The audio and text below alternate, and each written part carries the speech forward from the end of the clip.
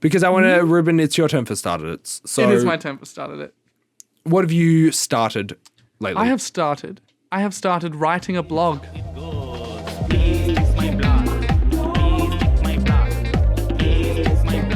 you go. Okay. I didn't get immediately booed by Jett, so that's always a good sign. Well, I just had I heard the word blog and my brain went back to 2014. I was like, oh my God, do I enjoy life? Yeah. And do you? Just 2014 was just a time in which I enjoyed life. My life's pretty good right now. I can't. Look over there. It's I shouldn't be Tumblr. complaining. Whoa. Tumblr's back. You hear Tumblr's back. Are you blogging on Tumblr? No, I'm not. I didn't know it was back. Is it back? Yeah, there was this whole art. I mean, it's never gone away except for the time where they banned pornography and then it kind of went away. Genuinely, that's what ruined Tumblr. Yeah. But it's kind of back because there was an article written about it recently. I don't know if it was the Verge or the Atlantic, but someone wrote an article saying, the youths, Gen Z, are flocking to Tumblr. You know why? It's the one social media that has not changed. Yeah. It is just once again, besides the banning of explicit materials, which I think they've somewhat folded back on. I don't know. I haven't used Tumblr in years, since they made some changes. No, they because it's been so unabashedly itself and user driven and user orientated. I mean, blogs are that. Twitter took over because it was Tumblr but distilled. It was all these blogs but distilled. It's micro blogging, microdosing blogging, if you will. And that's what that's what attracted all those. Big fintech took over Twitter, and big fintech, they're all into microdosing which and we love, blogging, which we love those podcast. two things. Yeah, yes, yeah. As a fintech podcast, I'm microdosing so many things right now. Yeah. Yep. Oh, that's crazy. You should get on the real shit because I'm just dosing multiple things. Coke, cat. Pretty sure I had half a bottle of whiskey just before we started this podcast. Fintech bro, but you won't deal with wine. Oh, I just got hit in the head by a Pinterest board. It's 2014. Jeez. Ow. Oh, remember 2014 when life was lovely? Oh, yeah. It was pretty good. Innocent. A more innocent time. So tell me about your blogging. What have you... Sure. Yeah, tell me why. First question, why? I've got 5 or 6 different words for you, and most of them start with W. Why? No. Okay, that's good. I'll just answer why once then. Why? Okay. It's something I've wanted to do for a while. Obviously my main medium is dance. That's what I do. But there's a few reasons why. One is I don't always have access to a studio. And so it's great to have a way of engaging with my dance practice when I can't. Well, you can always dance, but when I don't have access to the stuff that lets me do it, safe floor and nothing being in the way and from good sound system and whatever else you need. Yep. So like immediacy access, I can always be writing or thinking about what I might write. Why I do miss my university study just a little bit, not enough to go back because that is crazy. You want me to pay and then you give me a deadline and then I give you work? That's not how work works. That's give you work and you give me money. Either. Huh? You go to university and you don't pay it off. That's how Australian HECS works. That's a good point, actually. That's a good point. But so still, it's just, look, that's a good point. The threat looms over constantly. Oh, yeah. If you dare make any money, we'll take it right off you. Okay, well, I'll just make nothing then. Got it. Yeah. Enough about taxes. I miss that deep reading and really considering stuff and putting it down and it being kind of a marker of your thought in time. Because it's a bit like journaling almost with thoughts. When you're if I'm thinking a thought now, it's most convenient for my brain to say you have always thought this thought. But if it's written down and you can check, you're oh wow, actually my opinion has changed on this thing because I can see it there. And that's okay. That's a really good point. My opinion now is better and informed by more and different things. But still interesting to look at the old one. And just because I guess a part of why is also that I feel like this is missing. Blogs? Blogs are missing? Not blogs, there's plenty of those. No, an intermediate level of complexity of dance writing. Because I've done I've kind of put my fingers in a few different pies. I've done the full-time study with an undergrad and I've done weird community work that doesn't get seen by anyone, and I've done some slightly more mainstream contemporary performance. So, and I love the heavy academic stuff. I think there's real value there. And I love the like super accessible, anyone can walk in the door stuff. That's really valuable and important. But they exist. I'm holding up my two fists, and they're very far apart on opposite sides of the screen. They're siloed. They're separate. There's no conversation. There's very little conversation between the two. And so I want to live in a world where there's in between, where there is a conduit, where there's a middle currency, if you will, some emerald doubloons. And so that's like if it doesn't exist, make it exist. Like just make the world you want to live in. So that's part of it as well. Sure. Okay. Yeah. That's a lot of why. Yeah. My other questions were going to be when, where, how. Yeah. They taught me this in like grade 5, and I've already forgotten most of them. Are there any more? In year 12, you were so good. Remember the game Questions? We played the game Questions What's from Questions? Rosencrantz and Guildenstern are dead. And you were like the best at questions. Because what is it? You don't remember Questions when they play Questions? Statement. Question. Fuck. I've lost it. I've lost my edge. Statement. You don't remember how to play Questions? How to play what? This is really hard. I lose that one. Hesitation. Because you can't repeat I think a question. mine was also repetition as well. I just said what you said, but they changed some of the last words. Yeah, it's fine. Anyway, you were so good at that game because the rest of us would try and formulate a whole question before we got it out, but you would just start with the sound "whoa" and then figure out a way to make it into a question because all the words start with "whoa," even how. Well, how did you? And that's why you always won. I noticed that at the time, and I've been holding on to that ever since. So it's good to get that off my chest, to be honest. That's great because I forgot that strategy. It's just a good strategy. It's a really good strategy to have. Why don't you still use it? Can't you understand why? Why is it my job to understand? When were you planning on trying to understand it? What are you talking about? How don't you understand what the topic is? Are we talking about the same thing? Can you please keep up with the conversation? Certainly, I can. Statement! Ooh. No, I think this is a good format. I think you should ask me all those questions in whatever order you like, and I should answer them, and then that'll be the section. I think this is great. Okay. No, I don't want to do that because I have actual... That's fine. More inquisitive and interesting questions to ask. Okay, ask me the real questions. I'm not just a question robot. I don't just have like one from the 80s as well. None of these newfangled machine learning ones that can take in what you're saying and then form my questions around that. But instead one from the 80s that just has 6 or 7 different options. Hi, what are you wearing? That's an 80s question machine. It's an 80s question machine. 80s question robot. It's pretty good. The question machine line that doubles as a hot stuff hotline as well. Yeah. What are you? Where are you publishing this blog, and what are you using to publish it? Yeah. So I thought about a couple of things. First of all, the thing that I'm doing is I'm keeping a copy on my computer on my hard drive, right? So that I have them, and so that the service that I host them on, whatever it happens to be, doesn't just decide to yoink them away at some point and then all the work is gone. So that's the first thing I'm doing. Yep. And then I'm putting them up. I have a website with Squarespace.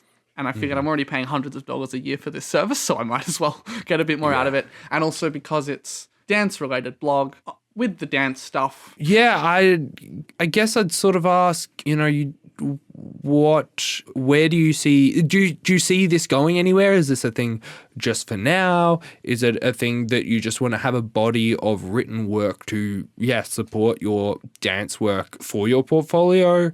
Have you considered microblogging? Just taking what you've posted, chuck it in 144 characters, or actually it might be infinite now that you on X, but if you do Blue Sky, I think it's 256 that it's limited to. You could do threads. I don't know if they have a character count.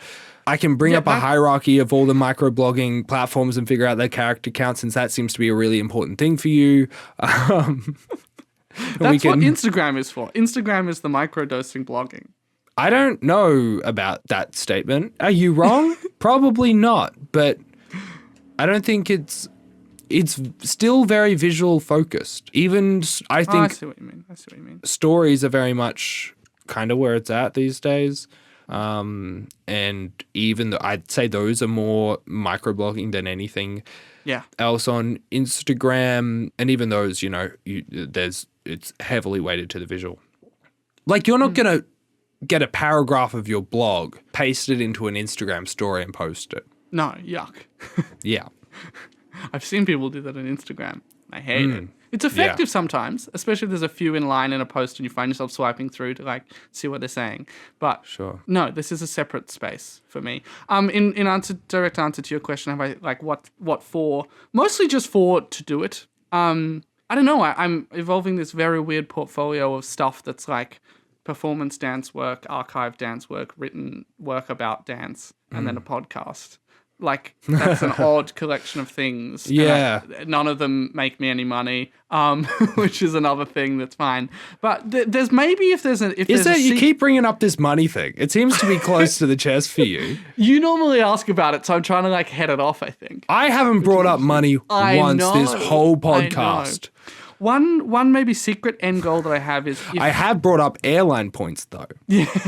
Patreon, but you can only pay with Qantas points. Now you got me paying attention.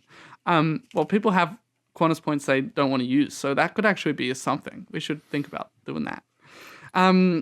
This will stand... Like, I'm using proper referencing and everything in it, which takes a lot more extra time. But that is with an eye to, like, if I go back to study, I would love for this to maybe potentially count as a little bit of credit, so that if I, for example, want to do a PhD, I could maybe skip all or some of the masters. That would be nice. But yeah, I really feel passionate about, like, I'm doing this, like on a website with an RSS feed, and I'm doing it slow and like slow journalism and doubt and connectivity. And I've called the blog Second Thought because I really want to come back to things and be wrong and reconsider. Because I don't know. It's just the classic problem that everyone talks about. I think Hank and John Green probably express it best. Just the like rapid fire, have a take, raise a flag, pick a tribe kind of thing. And I'm like, what if we didn't do that? And also like when people come to see a dance show in Melbourne, everyone will talk about it for maybe 2 days and they'll say, yes, I liked it. And then the conversation will stop. Yeah. And so I'm looking for a way to like talk about it in a bit more depth, talk about the method of the art making, talk about what lineages it comes from, what lens are we analyzing it or looking at it through, so that we can have a bit more of a meaningful discussion about the really hard work people have done. Yeah. So those are some of the impetuses behind it. I don't know. Yeah. Okay. Does that make sense? Yeah, for the most part. Good place for people to start if they're curious. I put up an article on the 13th of December last year called On Second Thought, and that's kind of a mission statement for the blog. That's what I'm trying to do and how I hope people can, or some suggestions for the ways people might want to incorporate it into what they're doing. How long have you been doing this for? So it was a goal for last year. Part of Year of Dance Making was always I want to write about dance in some form. And I managed to get my first one up on the 4th of November. Nice. But I wanted to build up a little bit more of a body there and really nail down exactly what it was that I wanted to do before I brought it to pod. Yeah. This both sounds very cool and like hell to me. Every time I have to write out a body of writing, it takes ages and I hate it. It does. It's so time consuming. But it's, I don't know. One of the things that came out of last year was like, I don't like finishing, like making a dance work. And so I was like, God, am I just like, I had doubts about like, am I lazy? Am I bad at this? Am I not an artist or stuff? By finishing, do you mean wrapping up a show season or do you mean finishing choreographing a show? Like, what do you mean by Either, finishing? both. Like reaching a resolution, finding an end point or a resting point where something is finished. Love asking questions. Love getting messy. And then was like not having any interest in even like a halfway finishing point, like an intermission. And so what the blog gives me is a sense of like, oh, well, this is not a full thought. This is not finished. This is not the entire truth of all that is being human. But I did write about this topic and I did finish the end of the last paragraph and I did put it up and I can't change it now. So that is valuable. Okay. Yeah. I feel like you should be like outside tech, right? Outside tech. I feel like you should be promoting this more because I think this is the second time that I've heard about you having a blog. And the first time was one time where you posted on your story, you're like, hey, here's the thing that I wrote. I was like, oh, cool. Yeah, I've always been I like, think I read like a couple of of paragraphs and then bookmarked it for later because I was probably on a train or whatever. Yeah. And the second time is now. In my head, I've always been like, I'll put up like a reel promoting it and I'll tell people about it. But I don't know. I'm just doing it almost a bit like a journal now, and like it's there. And when I kind of enjoy the idea of that, like when and as people discover it, it's there for them. Yeah. But yeah, you're right. If I don't tell anyone about it, then they don't have that onboarding moment where they discover it, which would be a nice moment. So I'm kind of like, lately I've been tackling with, grappling with the intangibility and the frustrations of digital works and websites and apps, and just how they all feel frustrating to use all the time. And it feels like there's never a screen that's like just right for experiencing anything in particular often. For example, like reading an article. Reading an article is kind of frustrating on the phone. Yep. Maybe you have a bunch of pop-up ads on like your computer. Maybe a tablet's good for it. But because that screen is not a permanent that thing, you swipe away, a notification comes in, a pop-up comes up. It never feels like you are experiencing that piece of writing. And I think that's one of the reasons also with the I don't know if consumption is the right word here, but the consumerism of different devices to try and find, like you have a smartwatch for your fitness stuff because you don't want to run with a big phone, or like, I want to be able to read on my phone, but the screen isn't big enough. So I'll get a Kindle, use a Kindle and get or an notifications iPad. on that. And Yeah. But because things aren't just like what they are, Holly, and I think that's one of the things that I've been really liking about cinemas. It's like that is a screen with one purpose. Yep. And we all share in that one purpose. There's something to that. Yep. It's also, I might talk about it in the coming weeks. This might be a little tease, but I've been starting to read some comic books, and you can download basically any comic book for essentially free, or like, subscription service or whatever, onto a phone or an iPad or whatever. But I'm like, it feels awkward. Like comics panels are different shapes. So to have it in a every screen size, whether it be a Kindle or an iPad or a phone, they have different aspect ratios, and none of them are like going to be comic aspect ratios for a page, because also comics are different, you know? They have different sizes for the paper. So I'm like, no, I want to get physical comics. Great. Can I read you a little excerpt of something that maybe speaks to this? Okay. Yeah, hit me. It's brief. Yeah. Wait, is it from your blog, or is it from... It is. Oh, okay. Well, yeah, absolutely. Highly on topic. Let's do it. It says... Listeners, you can be here as well. Yeah.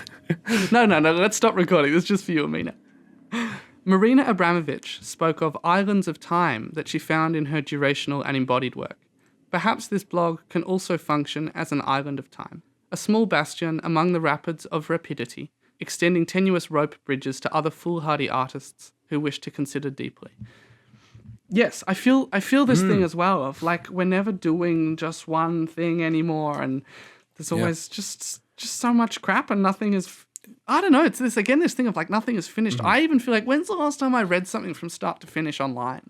I don't even know. So I'm trying to steer away from the social media channels to enable that. If I could like hand deliver this as a newsletter, I would. Maybe I should do that like once a year. Just print everything I wrote and give it to people who are interested. Like do like a zine kind of thing that is literally just like, here's this article. It's also one of the things. The reason that I sort of brought this up is because blogs, because they were so early into this internet of everything landscape, they do seem the most similar to reading an article in a paper or a magazine. It is, a blog article, a blogticle, if you will. If you will. In layman terms. Yeah, but also it is still digital. I don't know. Yeah.